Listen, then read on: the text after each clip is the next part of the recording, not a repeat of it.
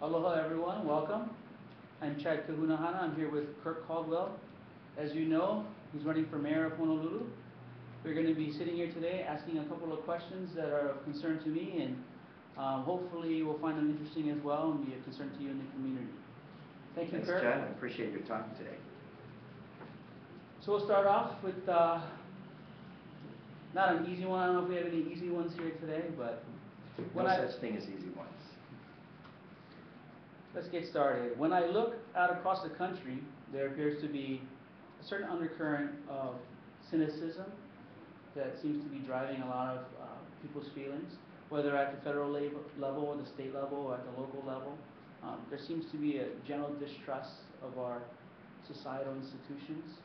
Do you agree with that statement? And if you do, what, if anything, can the mayor of Honolulu do about it to regain the public's trust? You know, Chad, there is a lot of cynicism in our country, in our state, and in our city. People do polls, both national and local. When they test the level of cynicism, we're at an all-time high. And part of it has to do with the fact that all the institutions that most of us believe in have let us down in one way or another, whether it be the church, whether it be government, whether it be business. And you think about it with church, you know, with the issues regarding sexual crimes. With government, it has to do with the scandals that we repeatedly see happening, both from Watergate days down to the present time. And of course, most recently, the financial meltdown in 2008, and now the great mistrust on our banking system and on business as a whole. And so who do you trust? Who do you believe in? And we as Americans have retreated from how we used to be right after World War II, when we were very positive people that believed that through hard work, through supporting our institutions and our families, through getting a good education, and just working really hard, we succeeded. We changed the world. You know, the Peace Corps movement came out of that. President Kennedy was a part of that. Even those who protested the war believed they could change their country through action, through civil disobedience. That's disappeared. In some ways, I think we've become more like Europeans in how we view things. It's more about me than us. And I find it really, really sad and disappointing. People say I'm a really positive person. I think I am. I try to believe in the good of everyone. I try to look at things in a way that I see the glass half full, not half empty. And as an individual, when you ask what could I do as a mayor or as a person running for mayor, and a lot of it just has to do with myself. You know, how through individual action do I make a difference? And as long as I remain positive in the people that I interact with, as long as I stay focused on the issues of my campaign and talk about solving problems and not just talking about the problem. You know, politicians love to just tell us how bad everything is. My opponent likes to do that. He can spend a whole debate talking about problem after problem after problem. Now, he wants to say, and therefore vote for me. But I believe it's not talking about the problems. We've had problems since we became people on this planet. The issue is, how do you solve them? And we're always working on solving them. And if we focus more on the solution, we become what? Less cynical. We have to find the common ground that links us together, because we're not going to solve problems unless we come together to solve them. And I think if I do that as a candidate, and should I be lucky enough to be elected next mayor, if I do that as a mayor, that I'll make a difference. Now, having said that, through my individual action, I do believe that if you run a city government in an open and transparent way, if you tell the electorate that we don't have an answer for every concern you have, so you're basically leveling with them, but saying we'll look for an answer, and when we find it, we'll let you know, that you tell them when you've made a mistake. The government builds a relationship, again, with their citizenry to explain that this is a relationship. It's not government with all the answers, and it's not you just voting us in the power. It's a continual relationship, always evolving. Then I think we get rid of some of that cynicism that we've talked about today. You know, when I was born and raised in Waimanalo, and I live here in town now. And when I go back to the Windward side and I drive around, I've seen some signs out there that say, it won't come here. You still have to pay for it.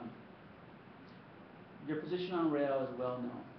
Setting that aside, My question is, when did we as a community become so divided? I'm troubled by this us versus them mentality. How do we start to bring people together? You know, I see those signs, you know, rail won't come here, we don't want to pay for it. They're even in where I live, in Manoa Valley. I've seen them on the windward side and on Hawaii Kai.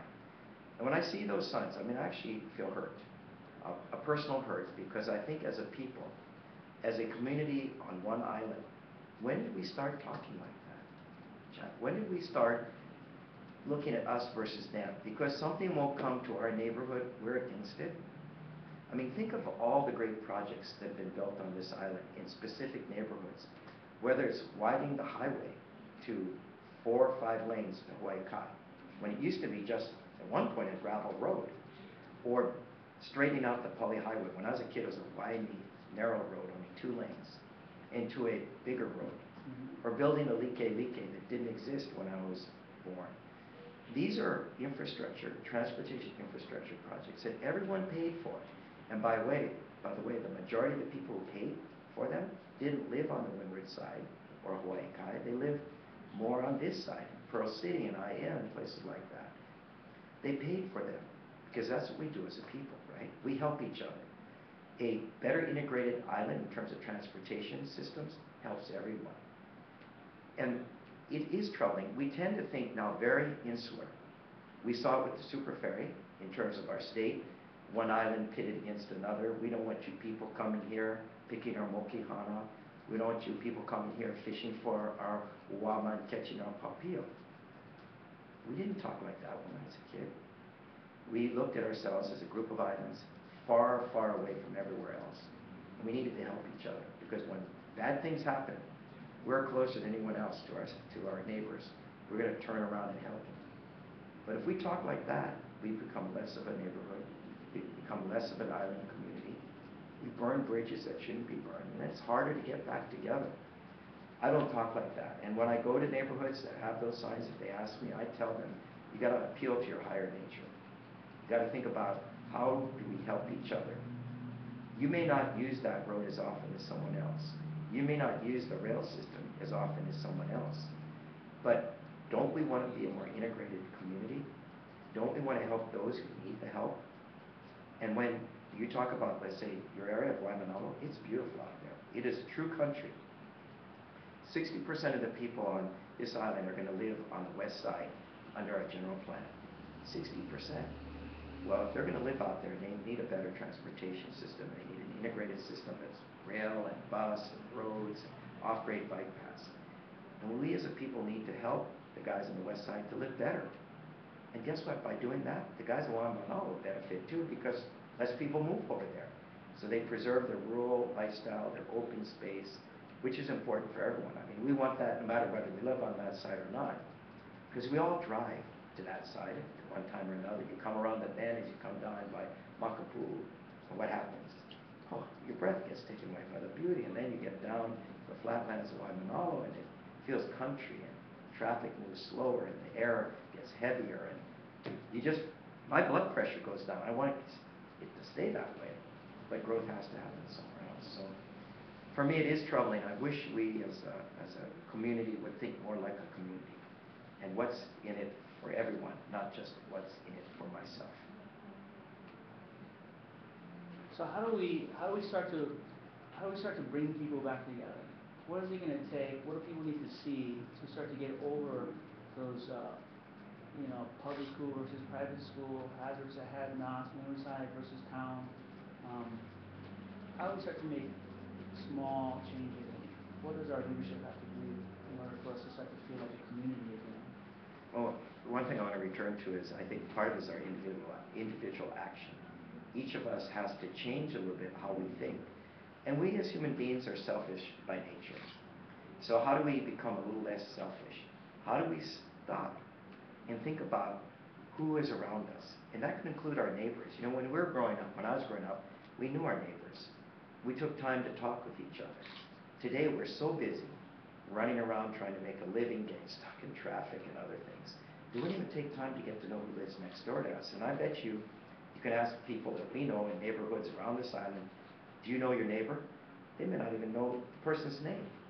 The old days, we not only knew our immediate neighbors, we knew the people all around us. We'd get together, Christmas time, New Year's. And I think so part of it is each of us remembering that we're part of a community, reaching out to our neighbors and getting to know each other better, and inviting each other into our lives and into our homes and taking the time. It is really worth it. But in terms of government, I think it requires government leaders to talk like we are talking today, Chad. You know, saying this selfish way of thinking isn't acceptable, and try to appeal to people's higher nature. And then it's getting out into these communities, talking to them about their concerns. So, I mean, I go over to Caldwell. They're very strongly against rail. I go there, I get booed at times, I get angry remarks, and I go, and I'm going today, this evening, because I believe that rail will come up.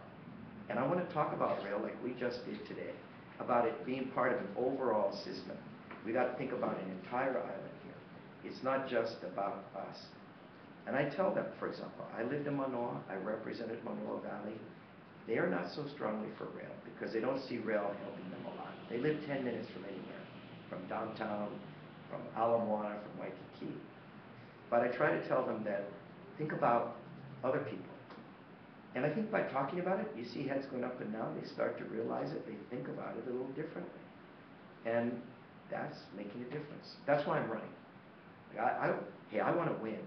But I believe just by running and talking like this, that I'm hopefully changing some people's minds in terms of how they think.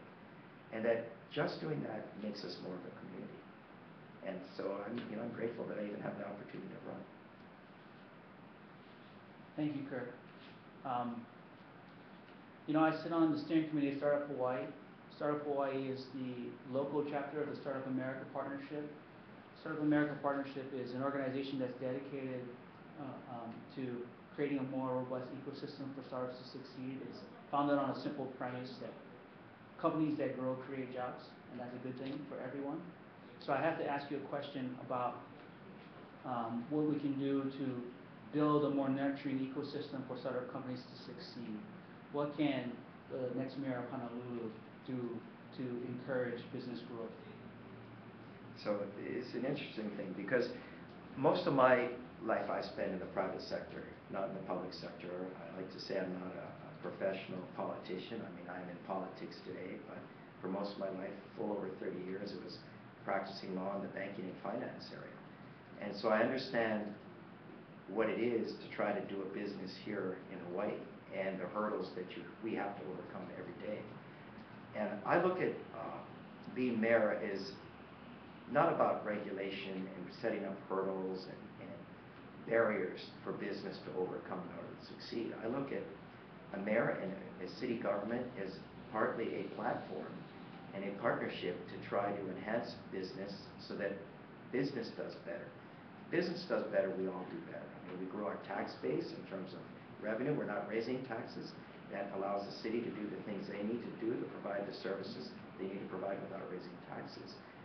But the other thing it does is if we do it really well, we're creating a strong business climate, which means we're growing business, which means we're providing jobs for our families, for our children, so that they can stay here.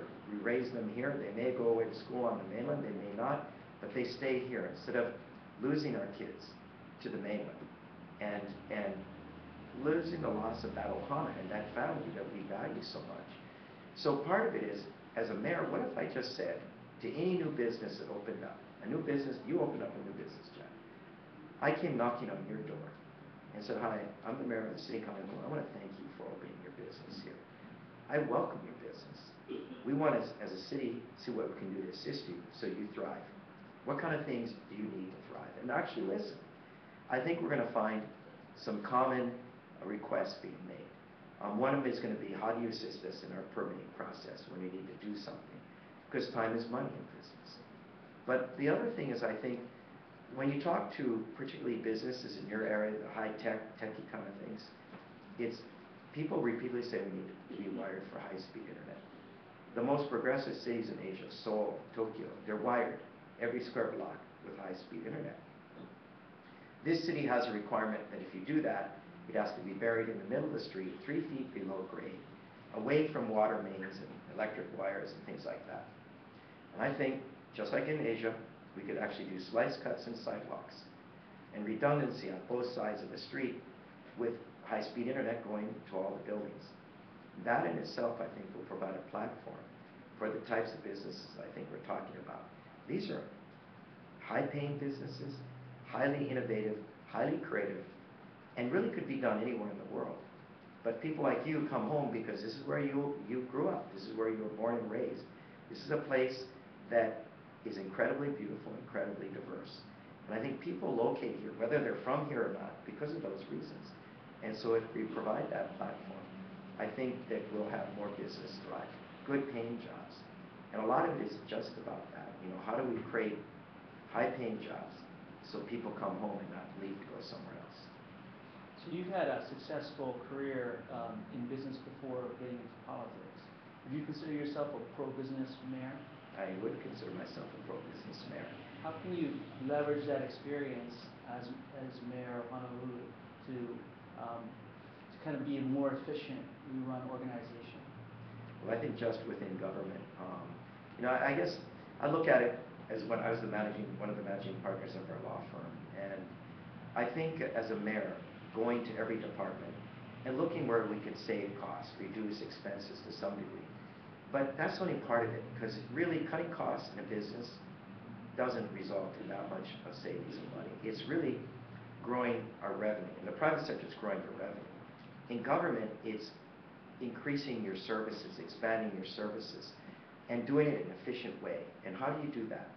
As a mayor, you go to every department. When I was the managing director and acting mayor, I visited every sewage treatment plant. I went to every refuge collection site and the landfills. I went to all the different maintenance facilities. I went to every department. I went to every neighborhood board. And the reason is I wanted to deliver a message. One was saying thank you for your hard work. Two is to say, please work harder. Three is to say, I care about your work. I look at this work just like I look at as a business or taking care of my home. Only the home is the island.